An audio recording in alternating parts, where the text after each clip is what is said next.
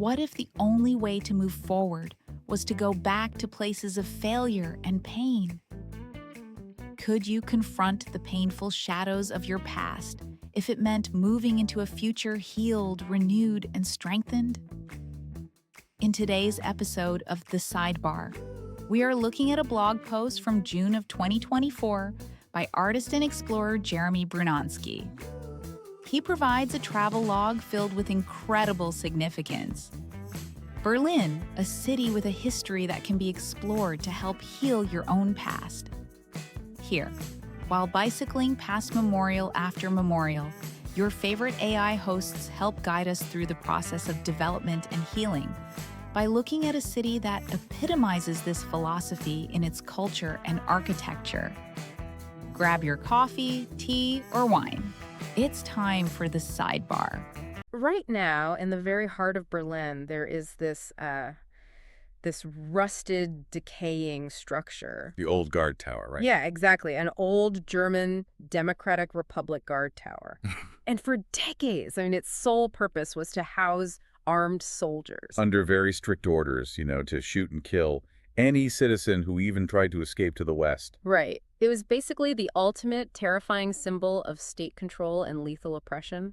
But if you visit that exact spot today, you notice something just utterly paradoxical. It's completely flipped. Yeah, that tower now sits behind a heavy protective fence. But the modern guards aren't there to keep the citizens trapped inside some regime. They're there to protect the tower from the citizens. Exactly. They are guarding the instrument of oppression from vandals who might, spray paint it or chip away a souvenir. It's just a staggering reversal of power. Mm-hmm. The very thing that used to control the population is now this fragile relic that actually requires the population's protection just to survive as a memory. It's wild, and that profound shift how a city, or even just a single human mind, can transform a kill zone into a public park, or a terrifying internal barrier into a mere museum piece. That's exactly what we're dissecting today. Welcome to the deep dive. We are so thrilled you're joining us, because our mission today is to explore the mechanics of history, growth, and systemic change. We want to look at how monumental obstacles are actually overcome. And we're not doing this through some dry academic theory. Thank goodness. Right. We're looking at it through a highly specific, boots-on-the-ground travelogue from a man named Jeremy Brunansky. Which is fascinating stuff. It really is. So on the desk today, we have two primary sources. First, we have Jeremy's incredibly detailed travelogue, which chronicles part 3 of his trip over 10 years in the making.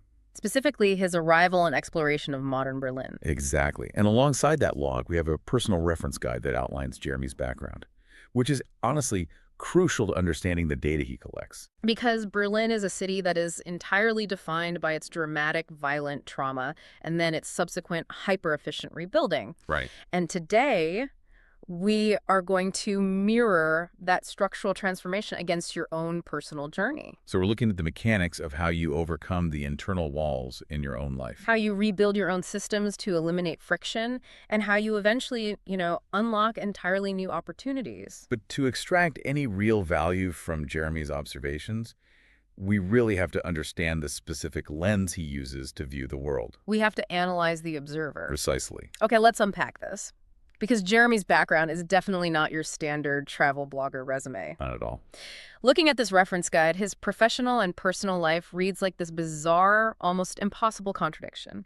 On the one hand, he's deeply embedded in the emotional, subjective world of the arts. He's got nearly 40 years in the performing arts. Right. He started classical piano, acting, singing, and dancing at age 5. Which is incredible. Yeah, and he studied vocal performance in college, graduated from a conservatory of recording arts and sciences, and he even has a background as a filmmaker and an author. So that artistic foundation means he's essentially trained to look for narrative. He interprets his environment through emotional resonance, human interaction, aesthetic subtext. But then you flip to the section of his guide that he literally labels the brain box, and you find a completely different analytical engine. Yeah, the tech side. He holds advanced certifications from Google and IBM as an AI professional. And his stated specialty is in AI risk management, efficiencies, and governance. Which is kind of the absolute antithesis of subjective art. Totally. AI risk management is about cold, hard logic. It's about system analysis, finding nodes of failure, creating frictionless pipelines. Mapping out data structures. but he explicitly lists his unique edge as the synthesis of these two worlds. Combining deep technical AI fluency with the rich empathy of arts and entertainment. And he grounds this whole synthesis in heavy philosophy, too. He lists his influences as Carl Jung, the pioneer of analytical psychology. John Locke, the empiricist. Right, and Marcus Aurelius, the Stoic emperor. Plus, he balances those heavy hitters with modern strategists like Bob Iger and even the imaginative world building of Marvel Comics. And throw in the fact that he runs Spartan races and has traveled to all 50 U.S. states. You have a very unique observational instrument there. I really want to pause on that combination of Carl Jung and AI risk governance because it feels incredibly relevant to how we process change. Oh, absolutely. Because Jungian psychology is largely about the integration of the shadow, right? The dark, unacknowledged parts of our subconscious. You have to bring the shadow into the light to become a whole functioning person. Exactly. And AI risk management is basically the technical version of that. You have to aggressively map out the shadow of a software system. The hidden biases, the potential failure cascades. The catastrophic vulnerabilities. You have to do all that before you can trust the system to run efficiently. That is a brilliant parallel. I mean, he isn't just walking into Berlin looking for a tourist trap. No. He's walking into a city that was forced to completely integrate its own historical shadow. Yeah. And he's analyzing how the physical and cultural infrastructure manages that risk and efficiency today. And his deep dive into this new paradigm begins with a really crucial psychological transition. The travelogue details this 5-hour train ride from Amsterdam to Berlin. He paints a very specific picture of this ride, too. He's got his noise-canceling headphones on, creating a closed acoustic environment. Hot coffee, cold water. Right. And for 5 hours, he just watches the European countryside, the hills, the trees, the towns just sliding past his window. What's fascinating here is his analytical comparison. He explicitly compares this 5-hour block of time to his past experiences driving from Phoenix, Arizona to either San Diego or Anaheim. Drives, he notes, he has done almost his entire life. Right. But the psychological reality of this train ride is completely different. He writes that because he had, quote, zero responsibility for arrival, the time seemed to slip past him without notice.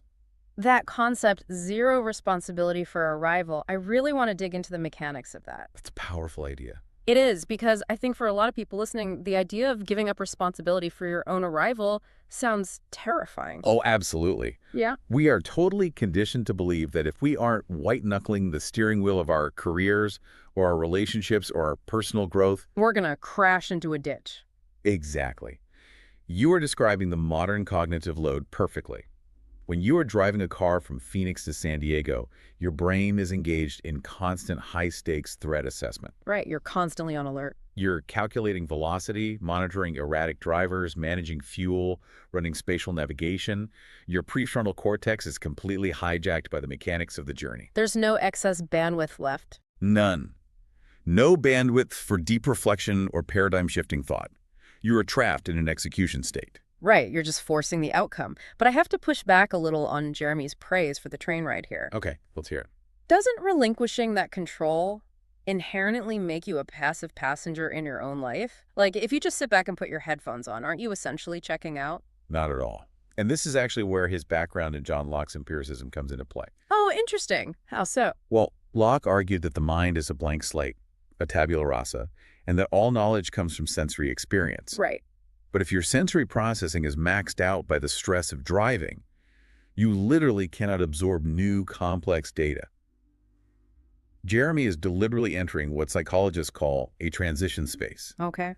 By handing over the physical responsibility of navigation to the train system, he is intentionally offloading his cognitive burden. Ah, so it's a strategic retreat. Precisely. It's an incubation period. In AI terms, he's clearing the system cache. He's allowing the aggressive, task-oriented neural pathways to cool down so his observational pathways can power up. Exactly. He is creating the mental space required to actually perceive the nuances of a new culture, rather than just reacting to it through the exhausted lens of his past. It makes you wonder how many of us are constantly failing to adapt to new situations simply because we refuse to allow ourselves a transition space. We just push through. Yeah, we jump from a stressful meeting straight into a tense family dinner, or we jump from one failed relationship straight into another. We never sit on the train, we just keep switching cars and driving. And then we wonder why we keep repeating the exact same behavioral loops. The transition space isn't wasted time, It's the vital neurological mechanism that allows you to process where you've been so you can actually engage with where you're going. And because Jeremy allowed himself that 5-hour palate cleanser, his sensory acuity is incredibly sharp the moment he steps off the train. Which brings us to his arrival at Berlin, HBF, the central station. It's exactly 3 p.m. And his first impression violently disrupts the American expectation of public transit. Yeah, he doesn't describe some gritty, chaotic, smoke-filled depot. Not at all. He says the station had the look and feel of a massive multi-story mall. It's spotlessly clean, heavily structured, and utilizing the station's robust Wi-Fi, he maps a very short one-block walk to his hotel. He notes in the log, the rumors of German efficiency appeared to be true. And this theme of efficiency immediately moves from the macro level of the train station down to the micro level of his hotel's infrastructure. This is one of my favorite details in the entire log. He walks into his hotel and encounters the elevator. Now, for most people, an elevator is totally invisible. You just don't think about it. Right. But the AI system efficiency expert zeroes right in on the user interface. He observes two distinct features. First, there's a vending machine right next to the elevator that sells beer. A novelty that absolutely delights him. Yeah, but second, the elevator mechanism itself. It does not have the standard two-button interface on the wall for up and down. Right. There is only a single button on the outside. You push one button to alert the system that a human needs transport. You don't tell the system which direction you are going until you are inside the carriage and select your floor. He literally writes in his log, "German efficiency for the win." Let's break down the mechanics of why a single-button elevator matters. Because on the surface, it sounds like a totally trivial design quirk. Yeah, why is an AI expert geeking out over a missing down button? Because it is a physical manifestation of eliminating microfriction from a system. Think about the standard two-button elevator. Okay. Before you even engage with the machine, you have to perform a micro-calculation. Where am I currently located? Where is my desired destination? Therefore, what is my relative vector? And then you press up or down. It takes, what, half a second of thought? Yes, but multiply that half second of cognitive load by millions of citizens, multiple times a day. Decision fatigue is a very well-documented neurological constraint. The human brain only has a finite amount of metabolic energy to dedicate to decision-making each day. Exactly. When you design an environment that forces people to constantly navigate clunky, inefficient systems, even tiny ones, you are bleeding their cognitive bandwidth dry. So the single-button elevator is basically a hardware update that preserves human processing power. Yes. You just push "I am here," and the building's central logic board calculates the most efficient routing of the carriages to retrieve you. You don't make the directional decision until you are safely inside the environment that executes it. Exactly. And this reflects a much deeper cultural reality about Berlin. We have to remember the historical architecture of this city. The destruction, right. After the devastation of World War II, and then again after the fall of the Berlin Wall in 1989, Berlin was a fractured landscape. They literally had to re-engineer their civil society and their physical infrastructure from the rubble up. So when a culture is forced to rebuild on that scale, they have a unique opportunity to design out the legacy friction that older, uninterrupted cities just learn to live with. Right. They built an environment that prioritizes operational fluidity. Okay, I'm going to challenge this heavily, though. Sure. I hear the argument for eliminating microfriction, but isn't there a danger in this hyper-efficient, frictionless world? What do you mean? Well, if we automate every single inconvenience, if we rely on algorithms to route our elevators, our traffic, our social media feeds, aren't we fundamentally stripping away human agency? It's a fair question. If the environment is completely sterile and perfect, we lose the friction that causes sparks, Yeah. We lose resilience. That is a very valid critique, and it actually echoes Carl Jung's warnings about the over-rationalization of modern society. Jung warned about that. He did. Yeah. Jung believed that if we rely too heavily on pure, sterile logic, we lose touch with the deeply human, chaotic elements of our psyche. However, I would argue that Jeremy's experience demonstrates the exact opposite effect. Really? How so? The efficiency of the German infrastructure doesn't isolate him. It actually provides a secure baseline that enables him to take human risks. Look at how he spends his first evening. The seamless efficiency of the train, the station, and the hotel means he isn't exhausted or frustrated by the time he goes out for dinner. His cognitive battery is fully charged. So he walks to a commercial building where the first floor is a modern, high-end bistro food court. No American-style fast food, just classy, modern comfort. But this is where he hits a wall. He looks at the menus and realizes his German is effectively non-existent. He mentions he took college German over 20 years ago, but the comprehension is just gone. The words are basically just shapes. So he leans on the frictionless technology available to him. He connects to the flawless Wi-Fi and pulls up Google Translate to bridge the gap. He uses the tool to secure his basic needs. He translates enough of a menu at a high-end burger stand to confidently order a burger, fries, water, and a beer. Right. But here's where it gets really interesting. And this directly addresses your concern about technology stripping away our humanity. Okay. He uses the AI translation tool to establish a baseline of safety. He makes sure he isn't ordering something he is allergic to. But then he intentionally stops translating. Oh, right.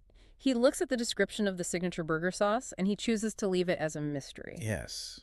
He writes in his log, "What is life without a splash of whimsy or risk?" That decision is a perfect distillation of the neurology of risk-taking. Exactly. If you're in an environment that is completely chaotic and threatening, say, you're lost in a dangerous neighborhood and you can't speak the language, your brain is flooded with cortisol. Any unknown variable is perceived as a lethal threat. You don't take whimsical risks when you are fighting for survival. You just want the familiar. You want safety. Exactly. But because the German infrastructure and his modern tools provided such a high degree of systemic safety and efficiency, his amygdala is calm. He feels secure. And from a platform of deep security, the human brain actually craves novelty. The unknown burger sauce isn't a threat. It's play. It stimulates dopamine.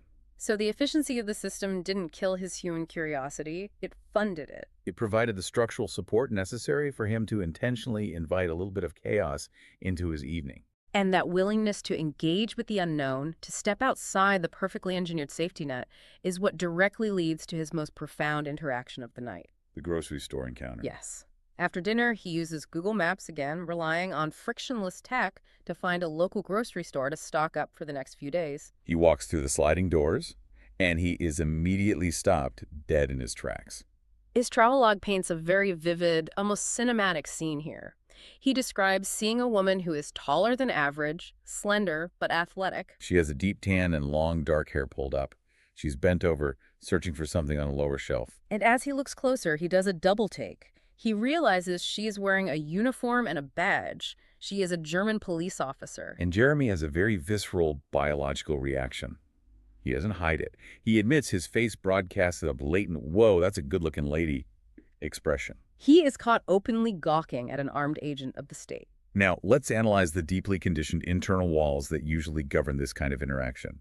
Jeremy explicitly notes his American context here. Right, because in the United States, openly staring at a police officer with a shocked or intense expression is generally not advised. It can trigger an immediate escalation.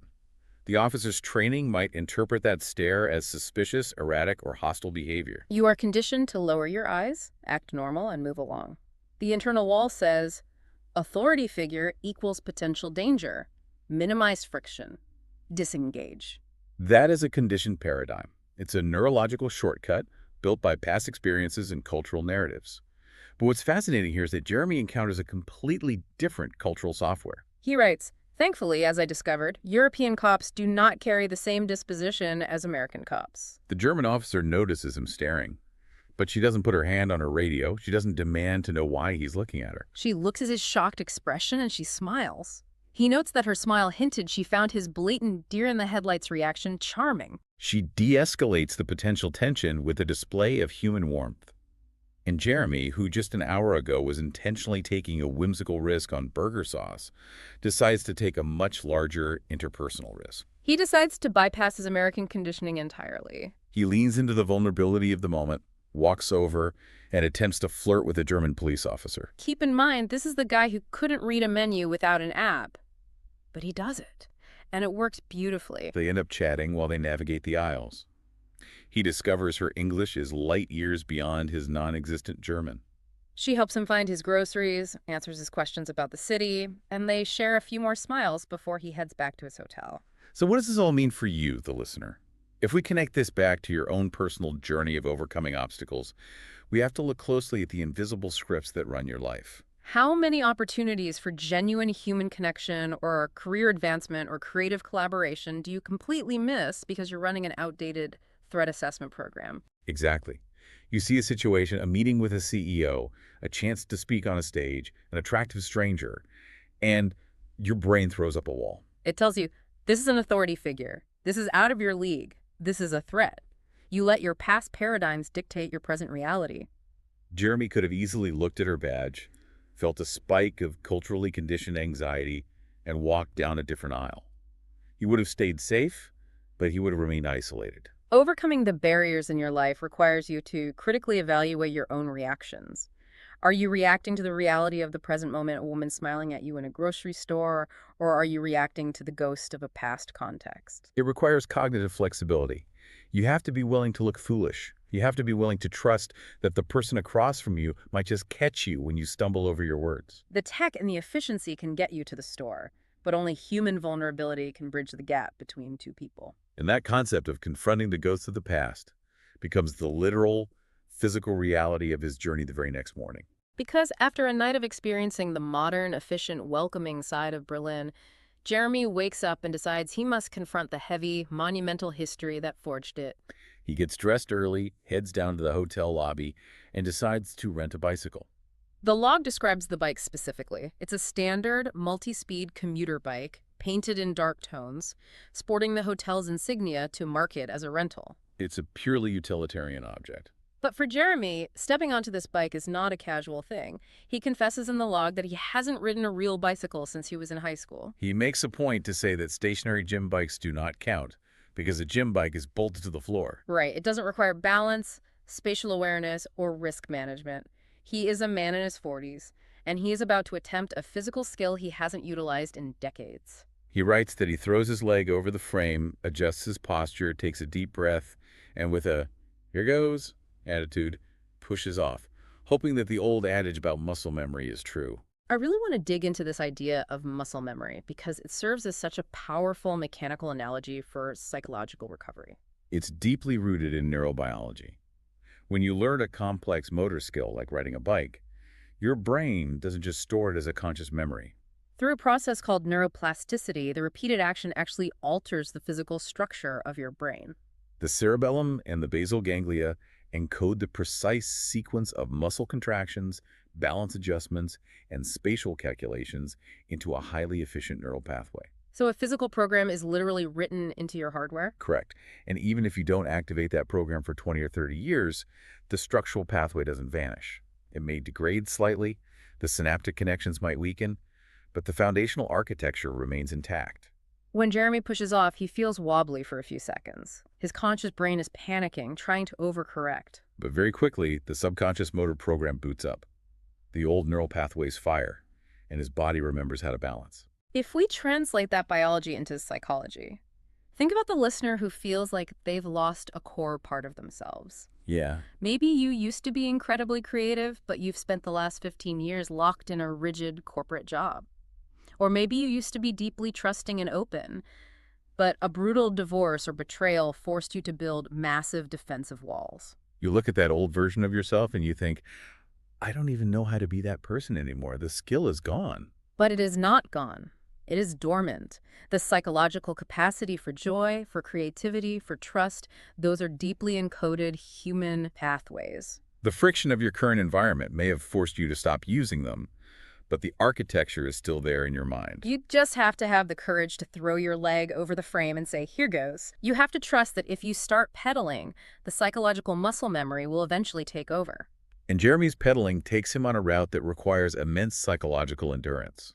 He doesn't just ride through a pretty park. No, he uses his map to design a route that physically traces the bloodiest, most traumatic scars of the 20th century. He starts by riding to the Victory Column, a massive monument originally celebrating Prussian military victories in the 19th century. From there, he pedals to the Brandenburg Gate, an 18th century neoclassical monument that eventually became the grim symbol of a divided Berlin during the Cold War. Then he rides down to Checkpoint Charlie, the famous crossing point between East and West Berlin, where Soviet and American tanks literally faced off inches away from sparking World War III.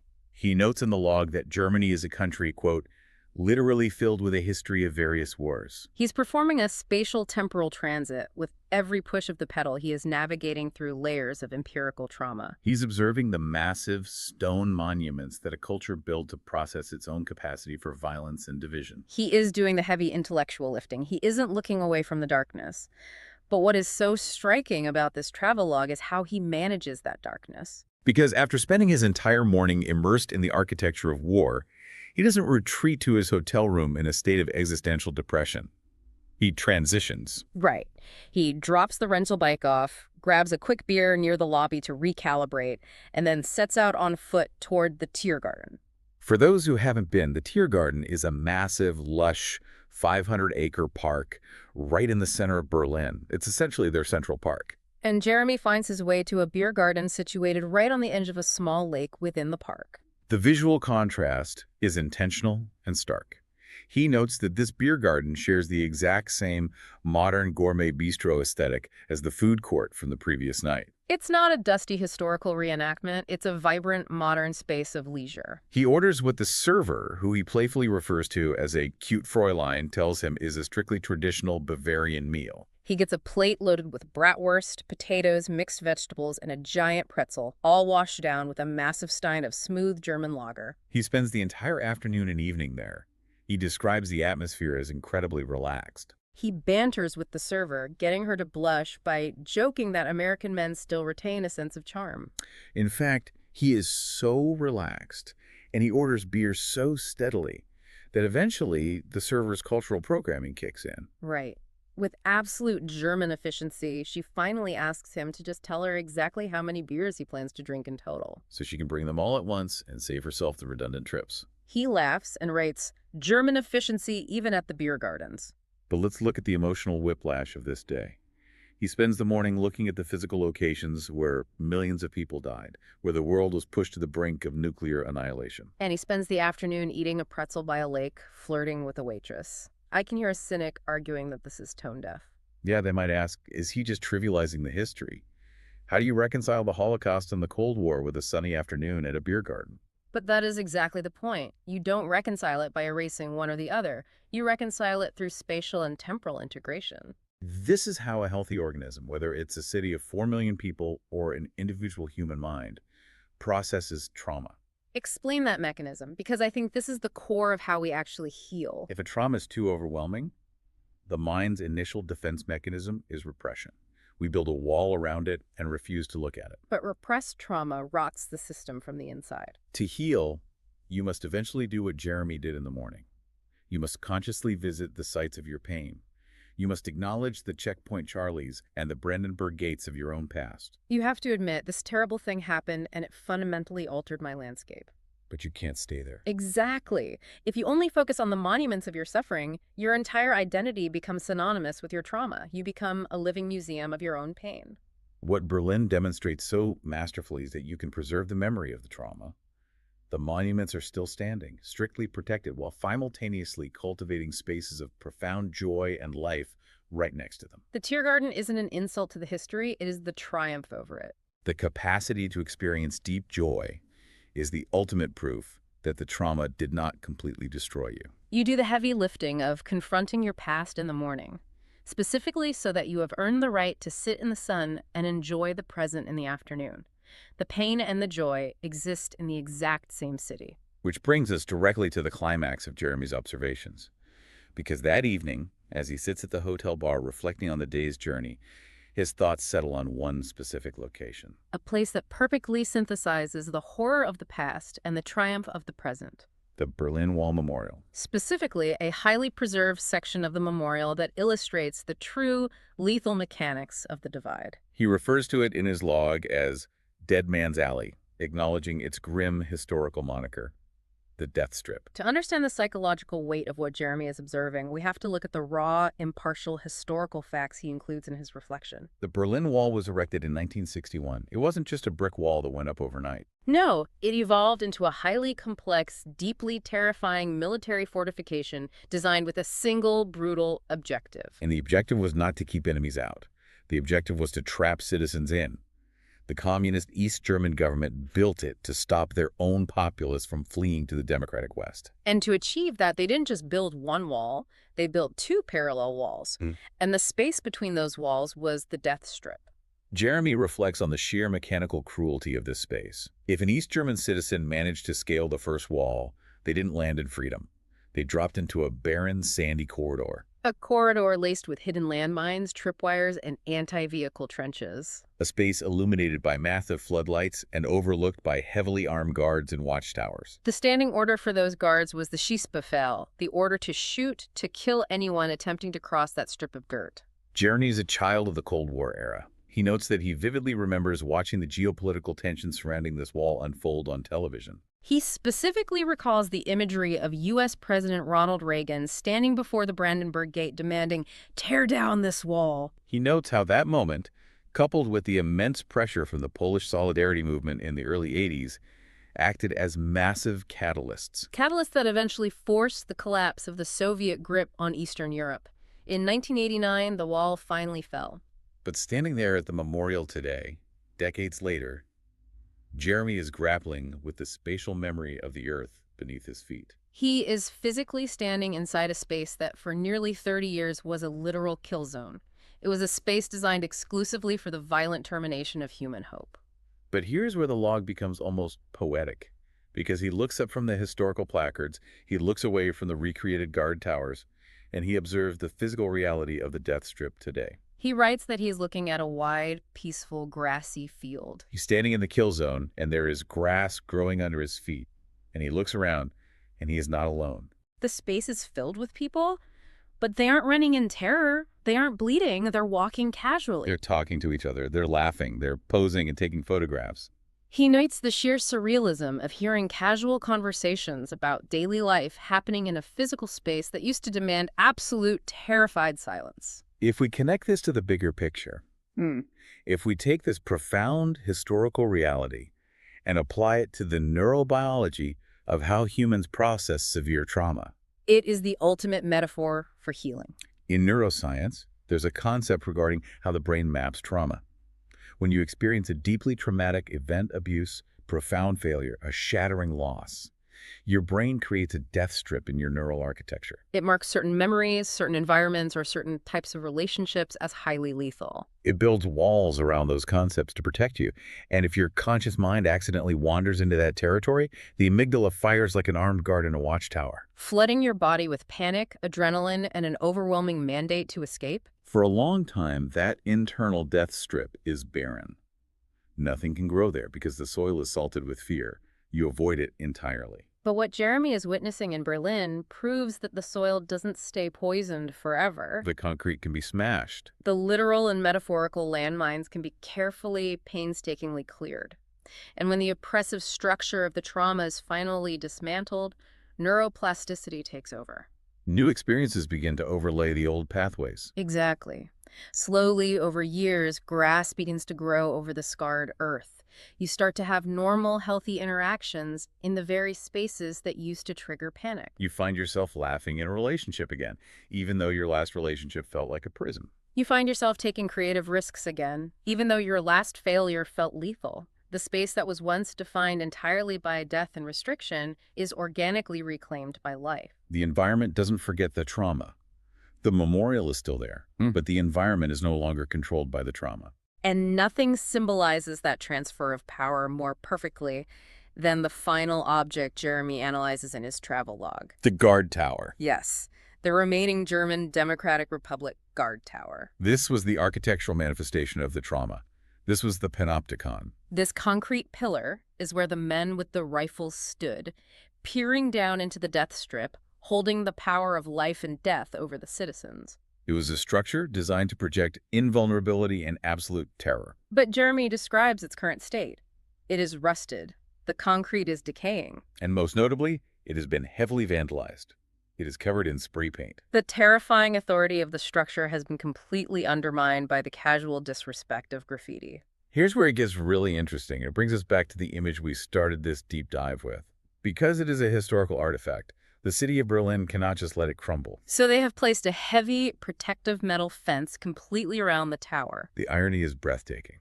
Jeremy notes what a bone-chilling change of status this represents. This tower used to house the guards who kept the citizens trapped in a totalitarian nightmare. Now, the tower itself is trapped behind a fence, and it has to be guarded from the citizens. The modern state has to protect the relic of oppression from the joyful, chaotic, disrespectful life of the people who now walk freely around it. If you apply Marcus Aurelius and Stoic philosophy to this image, it is a masterclass in how to view your own internal demons. The fears, the harsh inner critics, the anxieties that used to rule your life from high towers. They are terrifying when you are trapped inside their system. They dictate your every move. But when you do the work, when you endure the transition states, when you build better, more efficient systems in your life, when you take those whimsical risks to connect with people, and when you finally push off on the bicycle and ride through your own history, the system collapses. The walls fall. And when you look back at those old fears, you realize they aren't towering monsters anymore. They are just decaying, rusted-out concrete blocks. They are completely empty. They have absolutely no power to hurt you. They only exist because you choose to maintain them as memories. Jeremy Brunansky's journey through Berlin is fundamentally a study in systemic resilience. He utilizes the analytical eye of an AI tech expert to appreciate how a city can re-engineer itself to eliminate friction and fund human curiosity. He uses the emotional depth of an artist to connect with strangers and appreciate the aesthetic contrast of a beer garden sitting next to a war monument. He proves that transformation is not just a theoretical concept, it is a physical, architectural, and neurological reality. The obstacles in your path right now, no matter how heavily fortified they seem, are not permanent. The concrete is not stone, it is clay. The current chapter of your history is simply the current chapter. The death strips in your life can and will eventually become open fields where new opportunities flourish. You just have to be willing to board the train, relinquish a little bit of control, and allow the old systems to fade so the new ones can boot up. But as you move forward, and as you do the hard work of tearing down the walls that have restricted your growth, you face a philosophical choice about what to do with the landscape you leave behind. Which leaves us with one final provocative thought for you to mull over today. When you finally break down the internal walls that have held you back for so long, when you finally clear the minefields and the grass begins to grow again, should you clear away every single piece of the rubble so you can completely forget the pain of the past? Or should you intentionally leave a few stones behind, like a rusted, spray-painted guard tower, trapped behind a fence, not to scare you, but just to remind yourself of exactly how far you've truly come? Thank you so much for joining us on this deep dive. We hope you leave here today feeling challenged, informed, and ready to navigate whatever history you are making right now. Take care of yourselves.